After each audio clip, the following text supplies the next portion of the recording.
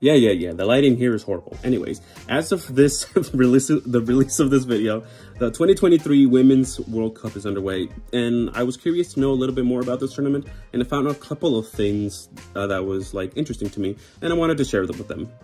So, number one, this is the first time that a World Cup is being hosted in the Oceania region, and that includes the men's tournament as well. Prior to this, the closest it has ever gotten to this region was the 2002 Men's World Cup, which was hosted by Japan and South Korea. Number two, speaking of the 2002 World Cup, the tournament was the first time that a World Cup was hosted by two nations. 21 years later, and the 2023 Women's World Cup is the first women's divisions tournament to host two nations, Australia and New Zealand. Number three, the 2023 Women's World Cup is the first tournament in the women's division to hold 32 national teams. Number four, because of this expansion and how the qualifiers went, 8 teams will be making their debut in this World Cup.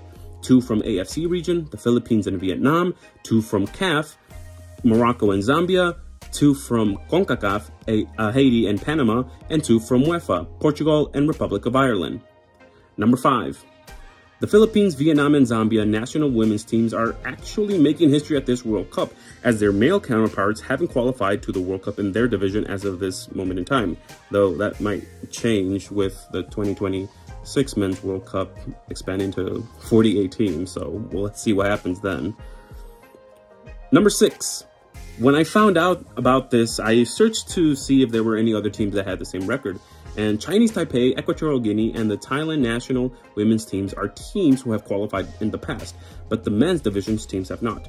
The list of the men's national teams that have qualified and the women's teams haven't qualified is larger, so I'm going to cover that in the future video. And that brings us to number 7. This year's World Cup winner will win a whopping $10.5 million, which will be split between their respective football associations and the players. This is an increase from last Women's World Cup edition, the 2019, in which the winners, USA, ultimately won around $4 million. This, to me, at least shows the growing interest and investment in women's international football, but compared to the men's international football, it still has ways to go. And if anybody is criticizing why I use the word whopping in front of just $10.5 million, that's because it's around like over 5,000 times bigger number than whatever is going to be in my bank account. So it is what it is. And that is what it is. That's the end of the video. God bless.